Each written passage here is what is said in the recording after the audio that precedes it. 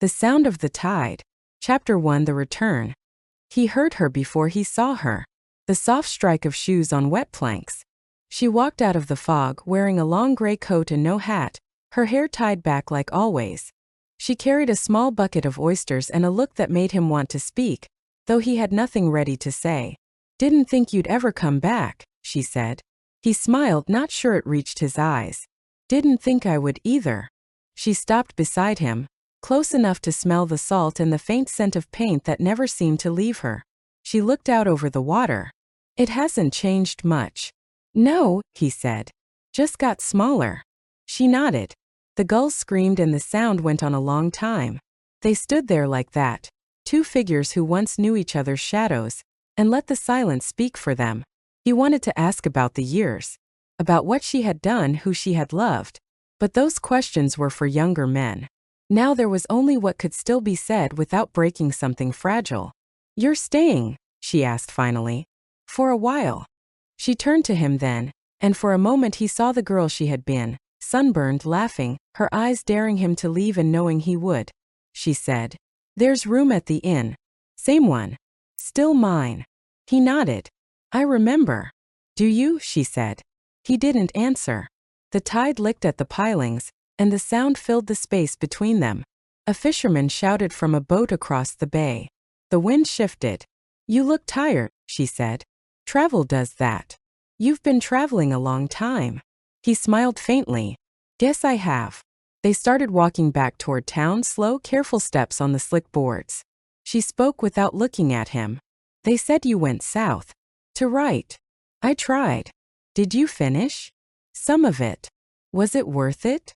He thought about the years, the cities, the faces, the words that never said what he meant. He thought of nights in rooms where the typewriter sounded like rain, and mornings when no one cared what had been written. He thought of how silence always found him again, wherever he went. "No," he said. "Not really." She didn't answer. When they reached the street, she stopped in front of the inn. The sign hung crooked, the paint fading, the smell of coffee coming from inside. "You'll want a room upstairs," she said. "The one facing the sea." "Same as before?" "Same as before." He followed her inside. The air was warm, heavy with wood smoke and the faint sweetness of baked bread. A fire burned low in the hearth. The room was almost empty. A few fishermen with coffee, one old man asleep by the window. She moved behind the counter and took a key from the hook. "Still $2 more if you want breakfast," she said. "I'll take it." She placed the key on the counter but didn't let go. Her hand was steady, but her eyes weren't. He looked at her hand, at the ring she still wore. Plain silver, worn thin at the edges. It wasn't his. He took the key. Their fingers brushed. The years between them collapsed for a heartbeat, then rebuilt themselves. "Welcome back, Daniel," she said. "Thank you, Claire." He went up the stairs, slow, the wood creaking underfoot. The room smelled of salt and thyme. The window was open, the curtain moving gently with the sea breeze. He set his bag down and sat on the edge of the bed. The same iron frame, the same view of the water. He could almost see the two of them there, younger, careless, believing they could outrun what they didn't understand. He lay back, closed his eyes, and listened to the tide. It sounded the same as it always had, patient, endless, waiting.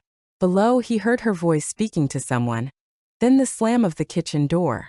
He pictured her moving through the place, her hands steady, her thoughts elsewhere. He wondered if she had kept his letters, or if she had burned them like she said she would. Outside, the wind began to rise. The gulls cried again, sharper this time, cutting through the morning like glass. He opened his eyes and watched the curtain lift, fall, lift again. The sea was turning. Something was coming, and he knew, though he couldn't say why, that this time he wouldn't be leaving quietly. Chapter 2 The Shore. The morning came gray and slow. Mist rolled off the water and drifted through the narrow streets. Daniel woke to the sound of waves slapping against the rocks below the inn, steady and hollow, like a heartbeat under the floorboards. He lay still for a while and watched the light shift across the ceiling. The years had changed how he slept. He used to rise eager, almost happy to meet the page. Now it was habit more than hunger. He reached for his notebook out of muscle memory, but his hand stopped halfway. There was nothing he needed to say yet. He washed, dressed, and went downstairs. The inn smelled of coffee and the sea. Claire was behind the counter, her sleeves rolled up, her hair loose this time. A radio played something old and low. She looked up when he came in. "You sleep?" she asked. "Enough," he said. "Coffee's fresh. I'd make eggs, but the stove's temperamental. Coffee's fine." He sat by the window. The glass was fogged, and beyond it the pier was a pale outline, the kind you could almost mistake for memory. She poured his cup and set it down, then took the seat across from him without asking. "You planning to write here?" she said. He nodded. "For a while." "About what?" "Don't know yet." "That's honest," she said. He smiled faintly. "You still painting?" "When the light's right." She sipped her coffee. Her eyes drifted toward the window. "You remember the cove past the lighthouse?" "I remember. They dredged it last spring. Found half a boat down there. Said it might have gone under in '72. Nobody knew who it belonged to." He looked at her. "You think it was ours?" She smiled, small and sharp. "Ours was just a rowboat. That one had an engine." He said nothing. Outside, a man hauled nets from a skiff, his body bent against the weight. The motion reminded him of their summers here, the work, the long afternoons that always ended in salt and laughter. "You ever think about that summer?" he asked. "Sometimes." "What do you remember?" She thought for a long time. "The smell of fish on your hands. My mother hanging laundry. You saying you'd never leave." "I didn't mean it the way it sounded." "You never did." They both smiled, though hers came with something tired beneath it. He reached for his coffee, then set it down again. "Why'd you stay?" he asked. "Where would I have gone?" "Anywhere." "That's not a place," she said. He nodded. The sound of the sea filled the silence. A truck passed outside, the tires hissing on wet pavement. Claire stood and walked to the window. She wiped a small circle clear with her sleeve and looked out. "The tide's higher than it should be," she said. "There'll be a storm before night." "You can smell it," he said. "You can always smell it." He joined her at the window. The wind had picked up. The horizon was a blur, the color of iron. She turned toward him, close enough that he could see the small scar at the edge of her mouth, the one he'd given her by accident one night when they were young and laughing too hard. "You still think you'll write here," she said. "Once it starts." He nodded. "Storms don't stop it. Sometimes they help." "They never helped us much." He didn't answer. She walked back behind the counter, took her apron off and folded it neatly. "I've got errands before the weather turns. You want to come, you can. Otherwise, there's wood out back if you want to make yourself useful." He hesitated. "What do you need?" "Canvas," she said. "And turpentine. From the shop down by the docks." He looked at her. "I'll go with you. Suit yourself." They walked through town side by side, the wind rising. Shutters rattled. The air carried the smell of rain and seaweed. Children ran along the boardwalk, laughing until their mothers called them in. Claire kept her hands in her pockets. "People talk," she said. "Let them. They always do." He glanced at her. "You mind?" "I did once," she said. "Now it's just noise." At the docks, a few men were tying down boats. The clouds were heavy low. They passed the old general store. Its bell jangling as they stepped inside. The man behind the counter was broad and red-faced. "Morning, Claire," he said. "You getting ready for the blow?" "Trying," she said. He looked at Daniel, then back at her. "Friend of yours?" "Something like that." Daniel smiled. "Daniel Marin." The man's eyebrows went up. "Marin's boy? Thought you were long gone." "Most people did." "Well," the man said, sliding the turpentine across the counter, "some places don't forget as easy as they should." Claire paid. They stepped back into the wind. The first drops of rain began to fall, cold, sharp, like questions. By the time they reached the inn again, the sky had gone dark.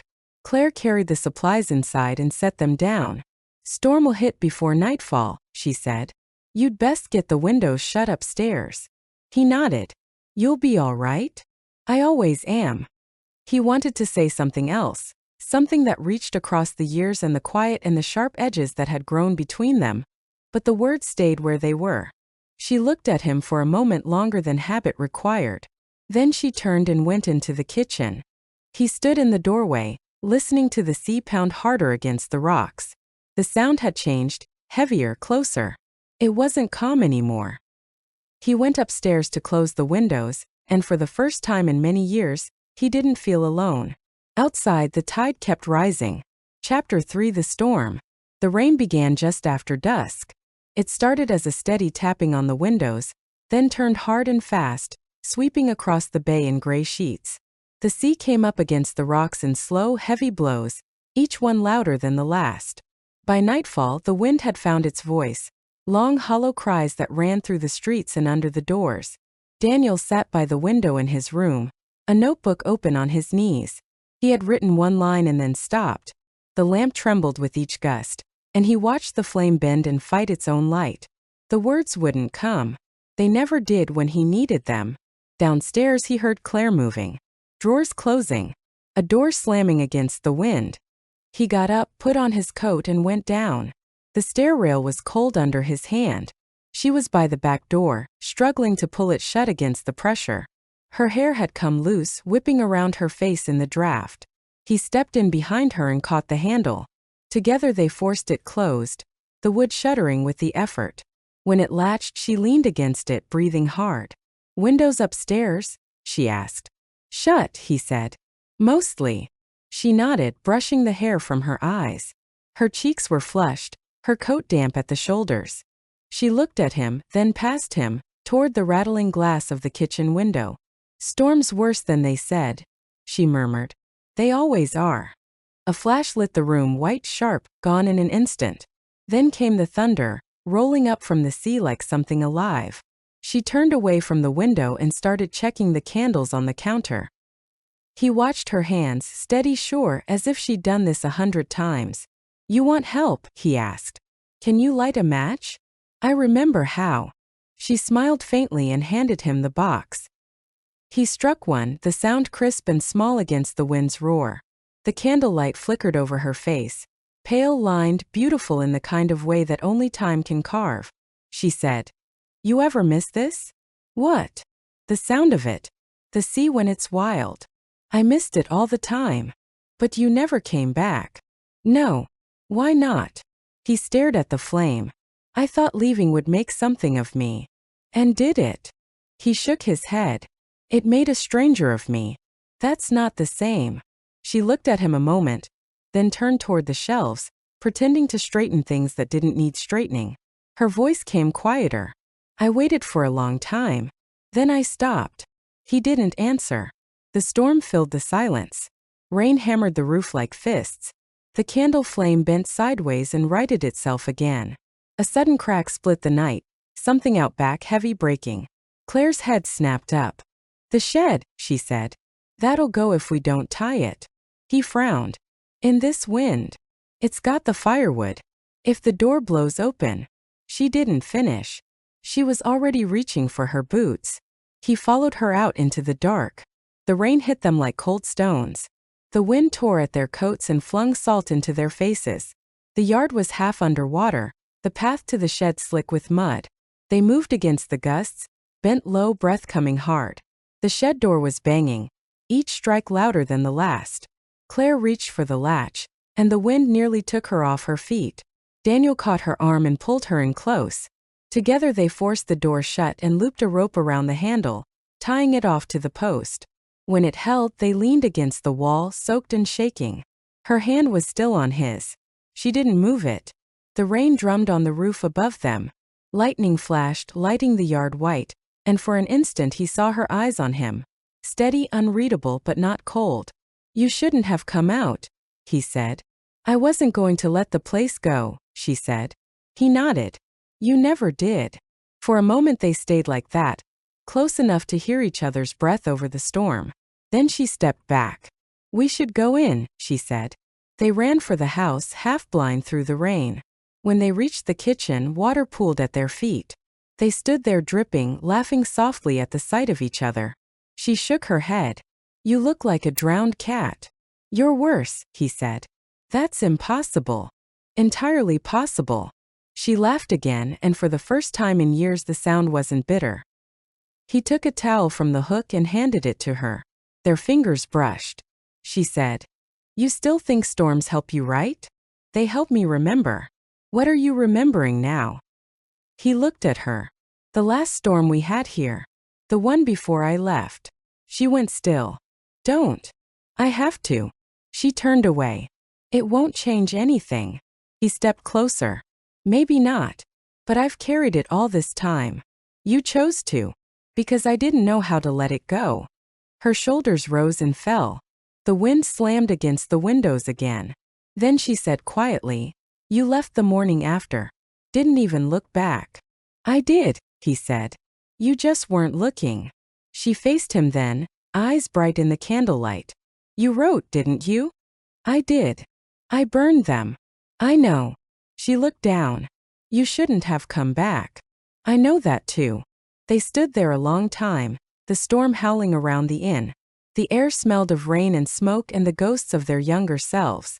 Finally she said, "The roof will hold." He nodded. "For now. You should sleep." "So should you." She smiled faintly, but it didn't reach her eyes. "I'll check the kitchen fire once more." "You go on." He hesitated. "Claire." But she was already turning away, her shadow bending with the candlelight. He went upstairs. The wind pressed hard against the windows, the glass trembling in its frame. He sat on the bed, listening to the storm. Below he heard her footsteps move through the rooms, slow and sure. Then silence. Only the sea remained endless and near. He thought of her standing alone in the kitchen, of the shed tied down in the dark, of the years they'd both tried to outlast. He picked up his pen and began to write again, the first full line in years. Outside, the wind answered, not in words but in the language they had always shared. Chapter 4: The Letter.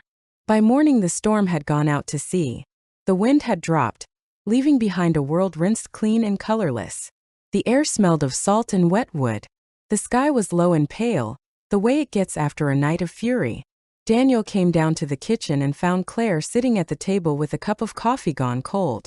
Her hair was still damp. The light through the window caught the silver in it, the kind of silver that comes from living honestly with time. "You sleep?" he asked. "Enough," she said. He poured himself a cup and sat opposite her. The silence between them wasn't sharp anymore, just heavy. "The roof held," she said. "I heard." "The shed didn't." "I'll fix it." She looked at him over the rim of her cup. "You always think you can fix things." "Not always," he said. "Just the ones that still stand." She almost smiled, then didn't. Outside, gulls were back at the shoreline, loud and careless as if nothing had happened. Claire said, "You started writing again." He nodded. "Last night." "Was it about me?" "Everything is, in some way." She looked down at her hands. "I found something, Daniel." "What?" "In the drawer under the stairs. After the storm, when I was checking for leaks." She reached beside her chair and pulled out a small tin box. It was old, the paint chipped away to bare metal. She set it on the table and slid it toward him. He hesitated. "What is it?" "Open it." He did. Inside were folded papers, yellowed at the edges, bound by a thin piece of string. He knew the handwriting before he touched it. "They're yours," she said. "The letters I said I burned." He stared at them, his throat tightening. "You kept them." "I tried not to. I threw them out once." The wind brought one back through the window. It seemed rude to ignore the message. He smiled faintly, though his eyes didn't follow. "You read them." "Everyone. Once a year, sometimes twice. Then I'd put them away again." "Why?" "I wanted to remember what it was like to be wanted." He looked at her. "You were more than that." "Maybe. But that's the part one missed." He untied the string. The papers smelled of dust and salt. The first line read, "You were right, the sea is the only thing that doesn't lie." He closed it again. "You shouldn't have kept these." "I know. And you shouldn't have told me you did." "I know that too." They sat there in the quiet. The kettle on the stove began to tremble. Claire stood and took it off before it screamed. "You wrote me once too," she said, her back turned. "I wrote a lot of things. This one found me. 6 years after you sent it." Came back from Buenos Aires with a note from the post. Wrong address. You wrote it the day before your mother died. He nodded slowly. That's right. She turned, holding a folded envelope between her fingers. It was creased and softened by time. The ink on the front was blurred where rain had once touched it. She laid it on the table. I read it, she said. He nodded again. Good. It wasn't angry. I expected anger. I'd run out of it by then. It said you were sorry. I was. For leaving. For staying gone. She sat down again. The envelope lay between them like a fragile truth. She said quietly, I wrote one too. Never sent it. He met her eyes. Why not? I didn't think you'd answer. You might have been wrong. She shook her head. No. You were chasing something bigger than us. I didn't want to be the one who called you back. He looked at her for a long time. Her face was tired, beautiful, the lines telling stories he wished he'd heard when they were being written. Do you still have it? He asked. The letter. Yes. I kept it. Can I read it? Maybe. When? When I decide you've earned it. He smiled at that, a real smile this time. Fair enough. The clock on the wall ticked softly, measuring the distance between what was said and what was meant. Outside, the sea breathed slow against the rocks. Claire rose and walked to the window. Her reflection moved across the glass, blending with the gray water beyond. You know, she said, there was a time I thought you'd come back just to prove I was still waiting. Was that what you wanted? No, she said.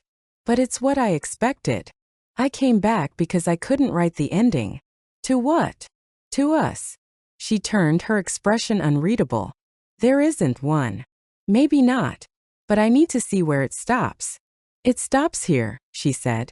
He looked down at the tin box. No, Claire. It stops when we stop pretending it never mattered. The wind rose again outside, gentle this time, moving through the open cracks of the window like a sigh. She stood still, her hand on the frame, eyes on the horizon. Storms always leave something behind, she said. What did this one leave? You. Me. A mess of old words that still sound alive. He nodded. Then maybe it wasn't such a bad storm. She turned toward him. You'll stay until it's fixed? The shed. The rest, she said. He smiled, weary but sure. I'll try. She came back to the table, took the box and placed it in his hands. Keep them, she said. They belong to both of us now. He watched her go upstairs, the sound of her steps fading into the quiet above. He sat there alone, the tin box on his lap, the smell of sea and rain around him. He untied the string once more, unfolded the first letter and began to read. His own words came back to him, young and foolish and full of light. And for the first time in many years, he felt something close to peace, not forgiveness, not yet, but the slow beginning of it. Outside, the tide turned again. The sea had its own way of keeping time. Chapter 5: The Fire. Evening settled early, thick and still after the storm. The air carried a damp sweetness with smoke and sea salt. Daniel brought in the last of the split logs and stacked them by the hearth. He could hear the boards of the olden creak under the cooling air, the sound like breathing and sleep. He lit the fire. The kindling caught slow, the flame moving through the sticks in small, uncertain bites. He crouched close until the logs burned steady, the orange light licking across his hands. He stayed there, watching the flames, listening to the low crack of sap and wood. He didn't hear her come down the stairs. Claire stood behind him, a blanket around her shoulders. Her hair was still damp from washing, curling at the ends the way it used to. You should let it burn slower, she said. You'll run through the wood before morning. He turned. There's plenty. She came closer, holding a small glass bottle. Found this behind the cupboard, she said. My brother left it. Rum, I think. From before he quit drinking. You sure it's still good? It'll do. She poured 2 small measures into mugs, added a bit of hot water from the kettle. The smell filled the room, sharp, warm, forgiving. Here, she said. He took the mug. To the roof holding. She smiled. And the shed surviving your repairs. They drank. The rum burned clean down his throat, a heat that felt earned. The fire shifted. Shadows moved across the room. Claire sat on the rug, the blanket around her like a shawl. Her face in the light looked younger, though maybe that was the rum. He said, "You used to paint by this fire." "I still do," she said. "When it's too cold for the porch. I paint the same things, the rocks, the boats, the line where the sky forgets to change." "And me?" he asked. "You're in there. Somewhere. A shadow sometimes. A color I can't mix again." He smiled. "I thought you'd forgotten." "I tried. It never worked." The fire cracked. A spark lifted, turned to ash before it landed. He set his mug down, leaned back against the chair behind him. "Do you ever think we were better before we tried to make sense of it?" he asked. "I think we were braver," she said. "Or more foolish. I'm not sure there's a difference." "Would you change it?" "The leaving." "Any of it?" She thought for a long time. "Maybe I'd have said goodbye." He nodded. "That would have helped." "It would have hurt less," she said. "That's not the same." They fell quiet again. The fire hissed. Rainwater dripped from the eaves outside, slow and steady. The sound was almost kind. He said, "I don't want to leave this time." She didn't look at him. "Then don't." "You'd let me stay?" "It's not mine to let or not," she said. "You stay if you can bear it." "I can bear it," he said. "Then we'll see." She set her empty mug aside and moved closer to the fire. Her hands reached toward the warmth, her skin pale against the glow. He watched her, remembering how those same hands once brushed paint from his face, how they could be so gentle even when she was angry. She said quietly, "It's strange. You sit here now and I still see the boy who left, and the man who never quite came back. Maybe they're both still in me." "Maybe," she said. "But tonight you look less like a ghost." He smiled. "Small and true. You too." The fire flared as the wind shifted outside. A loose shutter banged once, then stopped. She looked at him then, her eyes clear, steady. "Do you ever think about that night?" "All the time. I thought I'd forget it after you left," she said. "But I remember the smell of the storm, the sound of the rain on the roof. I remember what we didn't say more than what we did." He nodded. "We said enough." "Not really," she said. He leaned forward. "Then say it now." She shook her head, her voice soft. "It's too late for that kind of talk." "It's never too late to tell the truth." She looked at him for a long time. "I loved you, Daniel. I still do, in the way you love something you've survived." He felt the air go thin. "I never stopped." Her eyes dropped to the fire. "That's the sad part." He reached out then, slow, not wanting to break the moment. His hand found hers. She didn't pull away. The room was quiet except for the sea outside and the steady breath of the fire. Her fingers tightened just once. They sat like that for a while. Two old hearts warming themselves against what was left. Then she said, "We should sleep." "I won't sleep," he said. "Then stay by the fire." She rose, the blanket slipping from her shoulders. He stood too. "Claire." She looked at him. He said, "Don't go upstairs alone." She hesitated, then nodded. "Just until the fire dies," she said. They lay on the rug beside the hearth, the heat moving in waves. He could feel her breath on his chest, the slow rhythm of it. Outside, the tide was coming in again, the same as always. When her hand found his, it wasn't desire. It was the kind of closeness born from years of distance. The kind that asks for nothing. The kind that forgives without words. He thought, this is what's left when the world has taken everything else. The fire sank lower, the light softening, the room fading into amber and shadow. Her head rested against his shoulder. "Still think you'll write about this?" she asked, half asleep. "I already am," he whispered. She smiled against him. "Then make it simple." "I will. Make it true." "That too." Outside, the wind changed again, gentler this time, carrying the clean scent of the sea through the cracks of the old inn. He closed his eyes, feeling her warmth beside him, the fire steadying itself one last time before it burned down to quiet embers. And for the first time in a long while, the night didn't feel so long. Chapter 6, The Morning. The fire had gone out by dawn.